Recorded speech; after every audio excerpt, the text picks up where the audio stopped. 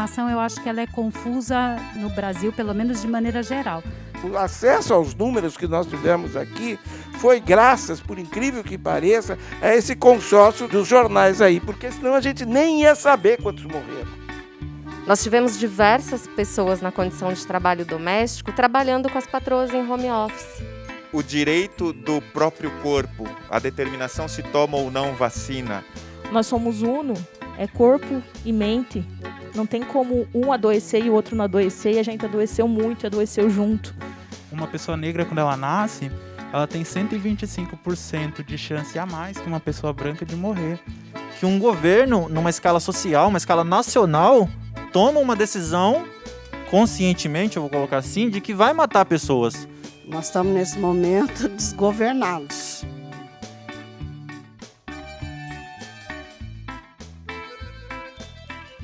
Iniciamos agora o debate Roda Cidadã. Todos estão convidados a participar do espaço de fala. Nessas 3 cadeiras centrais é o espaço privilegiado da fala. As cadeiras da roda externa são o espaço de escuta. Aqui nós exercitamos a escuta e, ao mesmo tempo, exercitamos o protagonismo da elaboração do pensamento e do uso da fala. É um espaço de diálogo e construção horizontal. O tema de hoje é saúde da população periférica na pandemia de Covid-19. A Covid demonstrou muito claramente para a gente que ela não é nada democrática, que ela é, assim como a distribuição de riquezas num país como o nosso, ela é absolutamente desigual.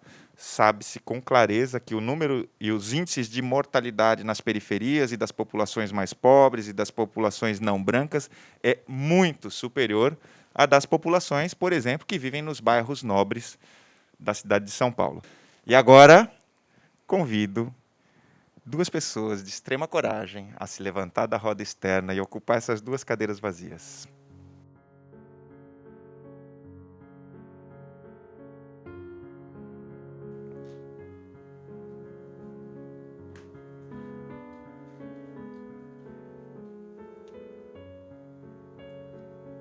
Eu não sei, existe essa distinção, né, entre a saúde psíquica e a saúde do corpo, mas que, na verdade, é o corpo, né? E como elas estão relacionadas, né? Como elas se relacionam, como uma interfere na outra. As questões mais psicológicas da Covid, né, que influenciam também nas questões físicas do corpo. A saúde psíquica mental da população periférica ficou também bem atingida com a história da pandemia, né? Como é que foi para a população ter que lidar com quais suportes ela tinha para lidar com tudo aquilo que ela estava vindo, né? Com ordens, né? Ordens de ficar em casa quando não se tinha condição de ficar em casa, né? A periferia, dentro da necessidade, né, do ganha-pão, da falta de amparo, de estrutura do próprio governo, da falta de informação clara sobre o que estava acontecendo. Então, o fator psicológico, eu acho que foi a primeira ação do vírus, principalmente com 2 fatores. Eu preciso comer, eu preciso me alimentar, eu preciso pagar o aluguel, mas eu não posso sair. Mas, ao mesmo tempo, exige mensagens de que eu tenho que sair, que não tem problema, que se eu tiver saúde eu saio. Então, isso já foi um divisor social, né? Já a periferia ficou ali numa situação de total confusão. Cada vez mais a doença física começa no mental. Então, a pandemia trouxe isso de uma forma muito importante. Em relação à informação, eu acho que ela é confusa no Brasil, pelo menos de maneira geral. Como que você reinventa a sua profissão, tendo os filhos em casa? Se você fosse de uma classe privilegiada, você teria um acesso melhor. Mas a periferia e os recursos foram muito desiguais.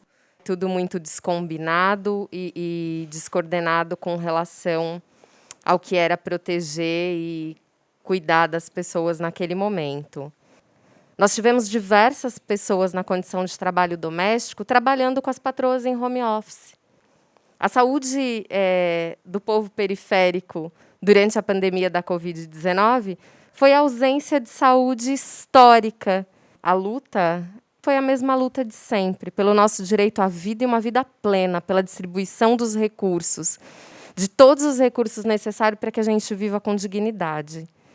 A gente sentiu um fortalecimento muito grande do SUS, né, nesse processo todo. A gente espera que depois, se um dia, né, essa pandemia acabar, ele continue sendo notado essa importância que ele tem. Eu acho que houve sim um fortalecimento, mas pouco antes disso e pouco antes da pandemia, houve um processo de desmonte do SUS, de corte dos investimentos, de estabelecimento de teto de gastos e a demora, né? A demora de chegada de equipamentos que protegessem essa população.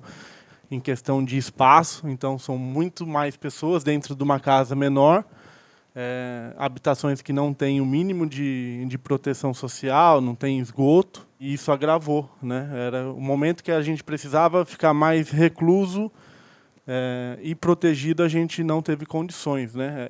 E a gente sabia que a gente precisava do mínimo para poder manter uma cesta básica dentro de casa, para poder pagar as despesas básicas de água e luz e não ser despejado, né? Que é o período que houve mais despejo nesse período de pandemia.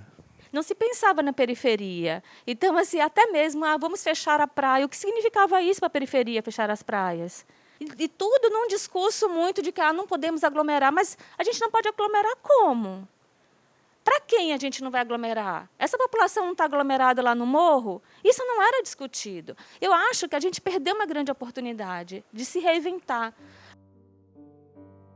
Em 2020, né, quando a gente começa tudo, foi um momento assim, de muita tensão, de muito medo, mas também foi um momento de muita discussão, mas de clarear muita coisa. E a gente perdeu muitas oportunidades, porque ali a gente podia ter se reinventado. Eu sou enfermeira de vigilância epidemiológica e, para mim, o Ministério da Saúde era alguém que eu dava bênção, alguma coisa assim. As normas vinham, eu nunca questionei, a gente nunca questionou o trabalho de tuberculose, o tratamento de tuberculose. A gente tratava a tuberculose com tais medicamentos, pronto, acabou. E aí a gente teve que lidar com isso e as pessoas, várias pessoas, com muito pouco subsídio técnico, teórico, para fazer uma discussão e ter que decidir por ela mesma, o que é que ela deveria tomar, se aquele medicamento era para tomar, se não era para tomar, se isso é certo, se isso não é certo. Enlouquecedor. Enlouquecedor mesmo do ponto de vista também de saúde mental. Porque a ponto de alguém sair, de ser atendido no serviço de saúde e não saber se aquilo que foi prescrito estava correto ou não. Individualmente, elas estão tendo que escolher sobre o seu tratamento. O que é muito interessante também, que a gente sempre discute, está no momento da gente, que as pessoas tenham direito à decisão sobre o próprio corpo, isso é preciso ser discutido, mas para isso as informações têm que ser claras. E 2 anos pós-pandemia, as informações ainda não são claras, e as pessoas precisam ainda decidir.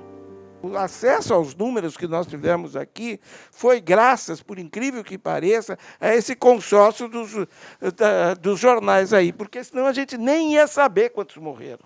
Eu acho que é uma tragédia, nem vou dizer da humanidade, mas do ser humano, dos equívocos que nós tivemos. O direito do próprio corpo, a determinação se toma ou não vacina. Aí eu vou trazer uma dimensão do direito do corpo do outro. Se a escolha minha for não vacina, eu estou interferindo no direito do corpo do outro permanecer vivo. Então, trago com isso a questão de que somos um corpo único de seres humanos, do nosso bairro, da nossa cidade, do nosso estado, nosso país, nosso mundo. Então, eu queria ampliar o conceito de direito do corpo, não ao meu corpo, à estrutura física que eu habito, mas a esse corpo coletivo.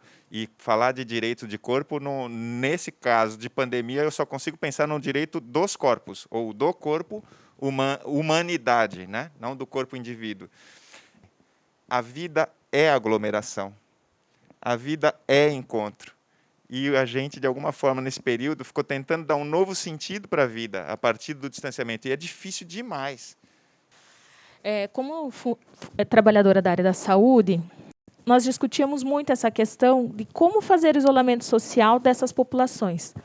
Em casas onde moram 6 pessoas em 2 cômodos. Como que você vai isolar uma pessoa? E aí a gente observa nas cidades um aumento do número da população de rua. E aí, essa população de rua, como se proteger? O que fazer? Para os profissionais da saúde, é um momento muito difícil, de muito adoecimento físico e mental. Nós somos uno, é corpo e mente. Não tem como um adoecer e o outro não adoecer, e a gente adoeceu muito, adoeceu junto. E também observar o aumento da violência da mulher. Aumentou também o consumo de álcool nos lares, o que aumenta ainda mais esse perfil de quem já tem um perfil agressor, que pode estar agredindo essas mulheres, e tanto de violência que elas sofreram, né, e ainda sofrem até hoje. Porque saúde para nós é tudo. Porque se você não tem casa, você não tem saúde. Existe a violência da mulher, né? A gente agora, quem mais sofre é a criança. Porque quando você tem a violência do adulto em casa, porque aquela história onde falta o pão, todo mundo grita e todo mundo tem razão. Nós estamos, nesse momento, desgovernados, aonde não se respeita a ciência. Isso é muito grave. Arrebentou todas as estruturas do país. Então, nós estamos enxugando gelo. Mas quem está atrás de nós não estão nem preocupados com isso. Eu respeitava. Quando falava Ministério Público, nossa! E hoje? Esse é meu medo no país. Porque a criança negra, principalmente a que a gente fala da periferia, ela vai continuar morrendo, os corpos negros continuam sendo mortos, porque é negro. E essas pessoas que estão saindo das cinzas, elas vêm com uma garra tão forte em cima dos nossos corpos negros, que isso me dá medo. Agora, não medo de afastar, isso me dá coragem de enfrentar. Porque nós precisamos, assim, num momento desse, a gente está sem as estruturas. E sem estrutura, você consegue o quê?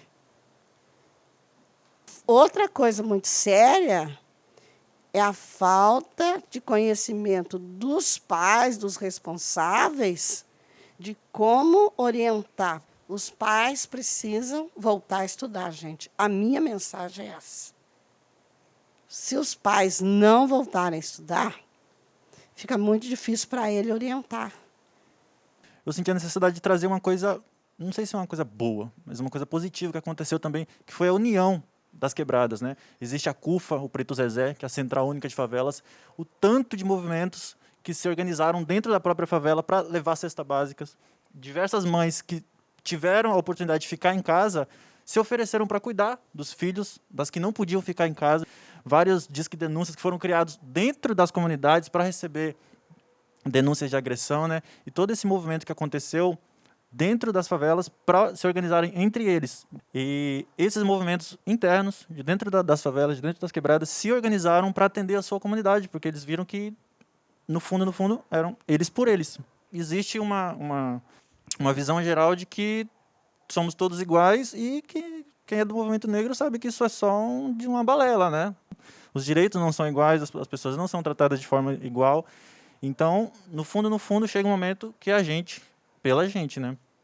Então, eu queria trazer um pouco essa reflexão também, que diante desse cenário, a periferia, os pretos, as pessoas se organizaram para se ajudarem entre si, né? Enquanto as pessoas pobres, as pessoas negras, não tiverem acesso à educação de qualidade, não tiverem acesso às informações, porque a informação não é só TV, não é só internet, é chegar numa sala de aula no nível superior e debater com o professor. E enquanto nós não tivermos profissionais, engenheiros, advogados, farmacêuticos, enfermeiros negros que conhecem como que é a situação dessas pessoas, a gente não vai transformar, né? Nós precisamos nos unir, gente, porque o espaço ainda é da maioria branca. Eu não consigo mais ver uma situação e não fazer um recorte racial, né? Se passaram, enfim, anos e eu vejo ainda o quanto o povo preto sofre pela questão da escravidão, que foi, enfim, no mundo todo. Realmente eu vejo o quanto mulheres pretas foram prejudicadas em relação a isso, porque houve uma rede de apoio entre elas, eu digo ali próximo do bairro Poiares, o Tinga, e ali houve, sim, uma rede de apoio, né? Muitos perderam o emprego, tiveram que se reinventar, tiveram que realmente trabalhar em casa, filhos. E eu fui uma das colaboradoras, porque em 2020 eu não estava trabalhando. A gente revezava no circuito de quem ficaria com as crianças e até mesmo para onde, para que casa iria acolher essas crianças, né? E, por incrível que pareça, eu me vi até mesmo numa situação de privilégio, mesmo sendo preta, poder estar colaborando de forma positiva ali com isso. Eu ainda não acho que as informações cheguem para todos da mesma forma. A gente sabe muito bem que quem é rico consegue estar buscando internet, e a população preta periférica ainda sofre muito com isso. Eu vi na minha família a gente tendo que revezar celular para ver em que momento a gente poderia estar estudando, né? Então, a educação também é algo que ficou extremamente prejudicado com isso. Eu fiquei pensando como que a pandemia ela é sintomática para revelar desigualdades que já existiam, né? As pessoas elas ficam muito surpresas quando veem esses dados, né? Uma pessoa negra, quando ela nasce, ela tem 125% de chance a mais que uma pessoa branca de morrer. E isso é um dado antes da pandemia, né? Porque tudo é política pública. A partir do momento que um governo ou estado ele faz alguma coisa, é política pública, e a partir do momento que ele deixa de fazer, também é política pública. O governo do estado de São Paulo foi repensando as medidas, né? A escola foi voltando. E um dos critérios da recepção dos alunos, da escolha de quem iria participar do ensino presencial e quem iria continuar no ensino híbrido, era justamente as pessoas que precisavam estar na escola para poder se alimentar, porque a merenda era a única refeição do dia que elas teriam garantido. Ver isso de perto foi uma coisa que me assustou demais.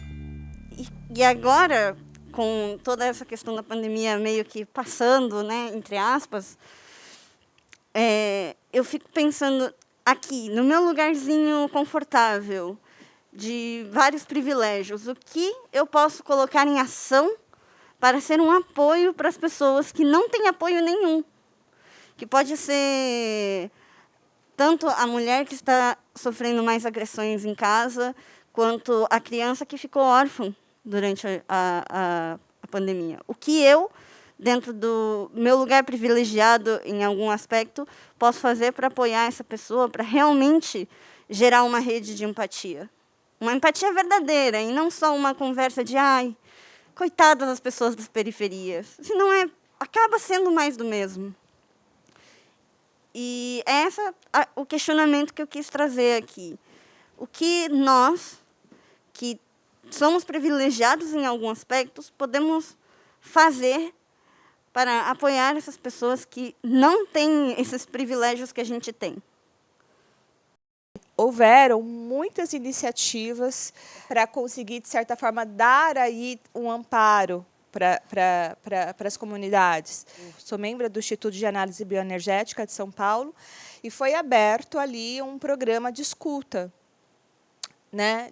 E isso deu acesso a muitas pessoas que não tinham nem noção do que era a terapia a fazer terapia e perceber aquilo como uma necessidade. Eu estou sentindo que essa pandemia trouxe abertura para que as pessoas busquem esse processo de autoconhecimento, no sentido dela conseguir se ver, né? Quando ela consegue se ver, ela realmente encontra dentro dela essa humanidade. Então, as pessoas terem acesso à terapia, à psicologia, de forma social, eu acho que é um dos maiores ganhos. Essa transformação só acontece quando você está em coletivo, Quando você percebe que o seu medo ele é do coletivo que está com você, e isso faz com que vocês, em coletivo, né, organizados, as pessoas organizadas, se coloquem em movimento. A gente primeiro precisa colocar as pessoas, no geral, numa situação de mínimas condições de vida para sobreviver, para depois começar a pensar em outro modelo de sociedade.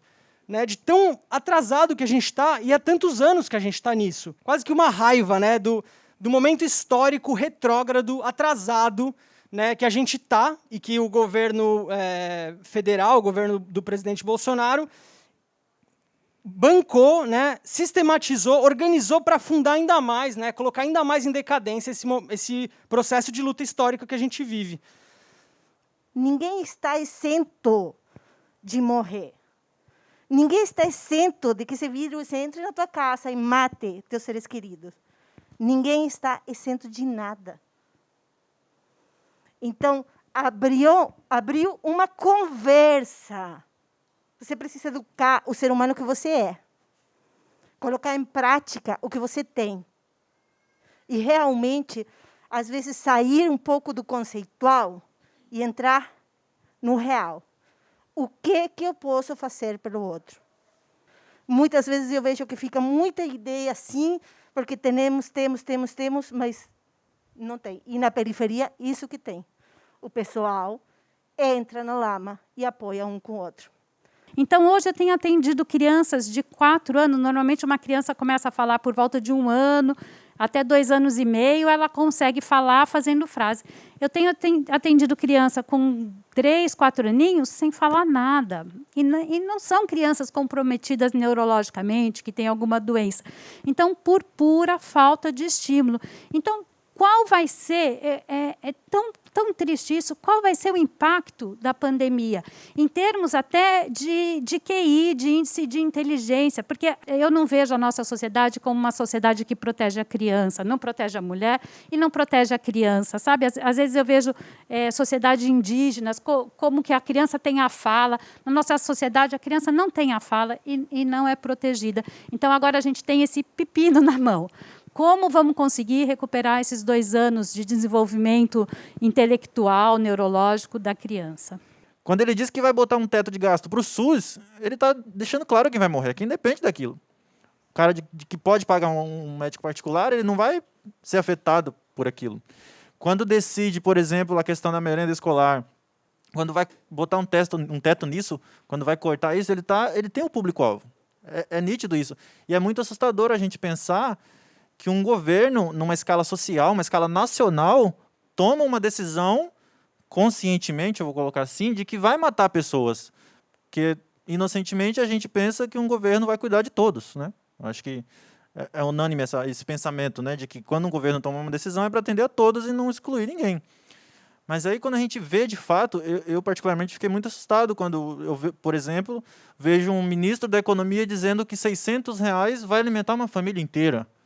Sabe? É tipo assim, caramba, será que esse cara tem noção do quanto está a comida hoje? Será que esse cara tem noção de quanto 6 pessoas comem? Será que ele está considerando que tem aluguel, tem água, tem luz, tem transporte aí para ir trabalhar? E aí o cara, tipo, a gente ouviu frases do tipo, 600 tá bom, senão o pessoal vai ficar curtindo com o dinheiro. Tipo, caramba, velho, que fora da caixinha é isso? E aí depois, sabe, a gente vê notícias do tipo, o cartão corporativo está estourado por causa das viagens e passeios do governo. Ué, mas espera aí, o auxílio emergencial não foi pouco para poder atender todo mundo porque estava sem grana, sabe? Nós também não podemos acreditar que vai lá e aperta o botãozinho lá, o numerinho, aperta o botãozinho verde, e ali se concretizou a democracia. Né? É a cada dia, a cada passo, a cada fala, a cada olhar, Os nossos olhares, por exemplo, né? Eles são extremamente seletivos, né? Que a gente vive numa sociedade onde as pessoas cuidam das outras. E está claro que quem tem dinheiro compra o cuidado. Compra o cuidado com o filho, compra o cuidado com a alimentação, compra o cuidado com a psicóloga, compra o cuidado... E o tempo todo é a exploração da mão de obra de alguém que cuida por você. E não importa, alguém também está cuidando da filha dessa que está cuidando da sua. E é muito chocante, porque alguém realmente deve estar cuidando. Só que vai chegar numa fase dessa cadeia que alguém está absolutamente descuidado. É que o ser humano ele é útil enquanto consumidor. E a pandemia me trouxe uma noção muito clara do ser humano menos consumidor é menos útil, vale menos, vai receber menos. E aí essa é uma coisa assim, tipo uma ferida aberta e que, de alguma certa forma, possibilitou muita gente perceber isso. E que essas pessoas com menos poder aquisitivo, que ficam mais na periferia, elas têm uma possibilidade, na minha percepção, de criar mais relações no seu entorno, de ativar sua criatividade pela vida, né? Então, assim, eu acho que a pandemia ela veio só agravar toda a nossa saúde social, né? Não é só a saúde do corpo nem da mente, mas é a saúde da nossa sociedade. E que as pessoas das periferias, por adoecerem mais, morrerem mais, etc., ao mesmo tempo, eu acho que elas têm uma chance maior de criar laços, de contar com a sua comunidade, com o seu entorno e serem mais criativas. Eu acho que a nossa saída, nossa sustentabilidade, a nossa saúde, ela vai vir das periferias e não dos centros, e não das pessoas privilegiadas, como eu, outros que estiveram aqui, porque eu acho que a gente fica mais sozinho, achando que está aqui entendendo tudo, sabendo de tudo, tendo todas as respostas, e, na verdade, não. A gente está só mais isolado, sem poder contar com os outros. Não adianta eu ser empática se o meu entorno não é empático, né? Então, eu acho que isso me ficou muito, assim. Já era algo que eu vinha percebendo pelos anos de trabalho com as mulheres vítimas e tal. Eu trabalhei muitos anos ali na AMES, e essas mulheres procurando ainda ajuda e se mostrando muito mais ativas na sua saúde, buscando muito mais recursos do que as pessoas de outras classes. Então, eu acho que isso é muito significativo para a nossa cura, entre aspas, né, para a saída de algo que está muito doente, que é a doença social, né? Muito mais do que a doença do corpo e da mente. Eu acho que é essa falta de relações, né, verdadeiras, genuínas. Cada um de vocês, cada um que está aqui nessa roda, é uma potência incrível de ser. E que esteja aqui nessa roda diz muito de quem você é. Porque alguém que se posiciona por outro pode estar numa roda dessa. Alguém que nunca se posiciona, que nunca faz alguma coisa pelo outro, não estaria numa roda dessas. Então, primeiramente, eu quero reconhecer cada um de vocês. Cada uma de vocês, cada um de vocês, por estar aqui, porque é a razão pela qual nós existimos. O Luciano, eu, a minha família, o Circo Navegador, existe porque estamos posicionados para que vocês tenham sua voz, para que vocês encontrem o seu propósito de vida e façam isso acontecer com a maior potência e com a maior rede de acolhimento e de apoio possível. E disso é do que se trata estar em tipos de rodas dessas. Que cada um de vocês pode criar sua própria roda de conversa no seu bairro, na sua situação de vida, na sua condição de trabalho, com seus colegas, né? Em cada grupo, né, Terezinha? Cada grupo, né, de ativismo que tem aqui presente, né? E essa é a potência de ser humano. Eu não tenho nada a dizer a mais do que vocês todos falaram, porque o que vocês todos falaram já foi suficiente para ativar e para deixar vivo quem eu sou no mundo. E eu estou vivo em cada um de vocês. Eu vivo na palavra de cada um de vocês. E a palavra de vocês vive em mim agora. Porque o afeto que cada uma dessas palavras teve na minha vida me transformou em outro ser. Eu entrei de uma maneira dessa roda e estou saindo de outra. Porque estou multiplicado pela palavra de cada um de vocês. Né? Então esse é o meu único discurso, deixar vocês presentes para o quão importantes vocês são no mundo, na vida e na atividade de cada um de vocês, no que vocês fazem. Eu estou muito grato, muito, realmente profundamente grato por essa roda ter acontecido como aconteceu. Não podia ter sido de melhor maneira. E é isso que eu tenho para falar. Essa é de coração, a minha contribuição para essa roda é reconhecer vocês pela grandeza de quem vocês são. Muito obrigado.